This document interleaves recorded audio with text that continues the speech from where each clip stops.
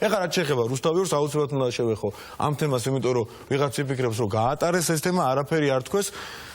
რუსთავიორი ჩემთვის პირადად ჩემთვის არის ორი სხვადასხვა გაზომილება. ერთი რუსთავიორი როგორც კრებული ჟურნალისტებისა და ძალიან ბევრ ინტერვიუში თქვენ ნახავთ რომ ყველა ჟურნალისტს რუსთავიორისა მიუხედავად იმისა რომ ძალიან ტენდენციურები ხართ, ძალიან ხშირად მე ვუსურვებ ხოლმე წარმატებას, მაგრამ როდესაც აპელირებს ბატონი გოკა მაგალითად ირაკლის სიტყვებზე რაც წეგან ეთერში თქვა, მე დავეთანხმები ბატონი ირაკლის, გამომდინარე იქიდან რომ ამ შემთხვევაში მეორე განზომილება რუსთავიორი ეს არის ნაციონალური მოძრაობის ინსტრუმენტი და განშტოება, შესაბამისად ამ შემთხვევაში სიმბოლურიც არის, დამთხოვაც არის და მართალი ასეც ხდება სტრასბურგის სასამართლოში, რუსთავიორი დღეს გამოდის საქართველოს წინააღმდეგ.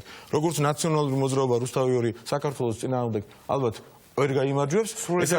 ეს არის ლოგიკური გაგზავნა ერთი წამით, მე ვიცი რაც არის დასაყარაკო, მაგრამ დამამთავრებელი თუ შეიძლება. ერთა მე ხوار შეგატყობინებ.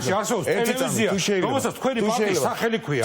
Georgian Dream Studio. ქართული ოცნების სტუდია გაქვთ ქვეყანაში როგორც მე არავინ არ უარყოფს იმას რომ შეიძლება იყოს პარტიული ტელევიზია რუსთავიორსაც აქვს უფლება რომ იყოს პარტიული ტელევიზია არის ტენდენციური მე შემიძლია თუ შეიძლება არ უნდა ჩემგან თქვენი დაცვა არ უნდა რუსთავიორის თითოეული ჟურნალისტი დაგიდასტურებთ რომ თქვენგან და თქვენი უმრავლესობისგან ჩემგან უკაცრავად თქვენი დაცვა არ ჭირდება რუსთავიორის დაცვა დაჭირდა ჩემი კი არა რუსთავიორის მაგალითად აი დღეს შეგვიძლია ავიღოთ მაგალითად თერმი ევროპა შეყარეთ რუსთავიორის დასაცავად თქვენ წინააღმდეგ. ერთი წამით. ეხლა მანიპულაცია რომ ამას მე დარწმუნებული ვარ ბატონო გოგა. რუსთავიორის წინააღმდეგ. ბატონო გოგა. თქვენ იურისტი ხართ და თქვენ მაინც თქვით რომ ყველა საქმეს ეგეუბნებით მაგას დამამთავრებით, იქნებ რას გეუბნებით.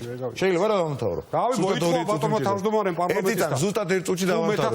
ტენდენციურობაზე თუ მეკამათებით, მაგალითად დღეს ობიექტური დამკვირვებელი ბევრ ამას მიხვდებოდა, თუმცა არის გამოტანილი შტურმი პრეზიდენტზე და ბევრი დარწმუნდებოდა თუ ობიექტურად დააკვირდებოდა, ეს არ არის შტურმი და მოცემულობა რუსთავიორმა ასეთი შემოგთავაზა პირდაპირ ეთერში, რაც შეეხება იმას, რაზეც ლაპარაკობდით, პირველი ეტაპია ის, რაც მოხდა დღეს, ეს გამოწვევაა, უნდა ვთქვათ, ქართული სასამართლოსი, დავარქვათ თავის სახელი, თუმცა ამის შემდეგ არის დასაშებობის საკითხი, ამის შემდეგ არაფერი არ მაღელვებს, ამიტომ საუბრობ თავისუფლად, არაფერი არ მაღელვებს, მე მაღელვებს ქართული ინსტიტუციები, თუ შეიძლება დამამთავრებელით, აი, არ მასბუქში რომ ორ კერძო პირ შორის დაესწრებინა ორი სიტყვა. ხო, შესაბამისად, ამის შემდეგ არის ძალიან ბევრი ეტაპი, მე რუსთავიორის თითოეულ ჟურნალისტს ვუსურვებ წარმატებას, ნაციონალურ მოძრაობას საქართველოს წინააღმდეგ ბუნებრივია იგივეს ვერ უსურვებ და საქართველო აუცილებლად გაიმარჯვებს.